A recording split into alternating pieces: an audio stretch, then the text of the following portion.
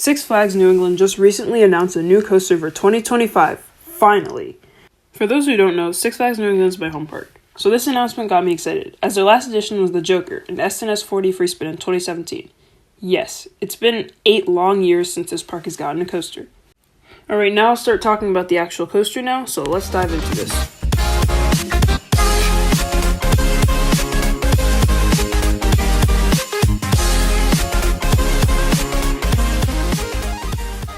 Quantum Accelerator will be Six Flags New England's 12th roller coaster, and is advertised as New England's first dual-launch straddle coaster.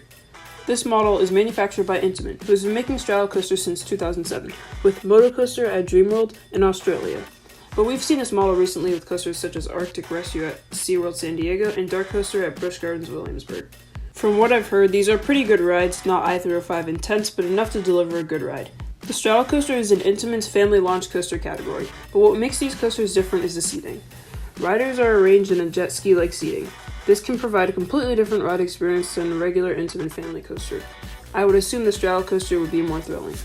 Looking at most of these layouts, low-to-the-ground I-305 style turns look so forceful they'll snap your neck off. With a top speed of 45 miles per hour, Quantum Accelerator will gray you out and snap your neck off, allowing for a coaster confusion-approved ride. Seriously. Looking at this ride though, it's basically a bunch of gentle turns and barely airtime moments. The trailer claims it has 11 moments of airtime. If this coaster had standard roller coaster trains, this coaster would be as boring as this video if you're still watching. I was a little disappointed on my first look at the POV, as the ride looks very underwhelming, forceless, and repetitive. Which I still believe, but then I remembered that this coaster is geared towards families. Not people like me who have a weird coaster obsession. Maybe you too.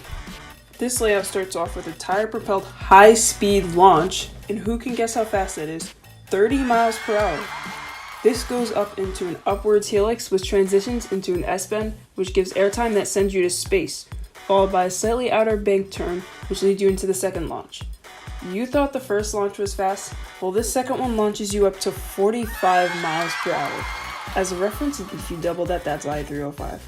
This second launch leads into some drawn-out small top hat, I guess that's what you call it. This is the highest point of the ride at 59 feet. After this, you go into a bank turn followed by some more turns and weak airtime moments. The brake run ends your ride as always. So, my thoughts on this coaster. I'm thankful I got something, but it's not exactly what I'm personally looking for.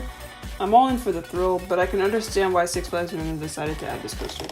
They have a large gap between high thrill coasters and kiddie and family coasters, and I feel like Quantum Accelerator fits right in the middle. I'm going to be honest here, but the coaster itself looks pretty forceless.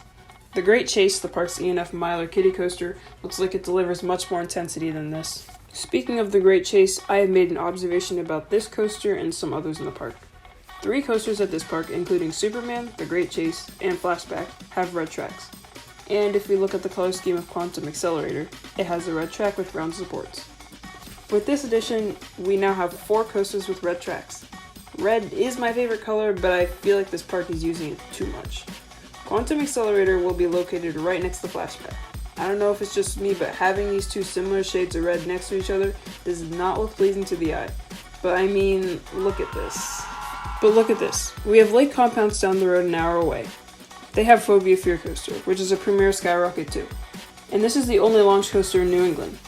Lake Compounds is a small park geared mostly towards families, even though they do have 3 coasters labeled in the extreme category. I believe that the addition of Quantum Accelerator will allow for increased competition between Lake Compounds and Six Flags New England.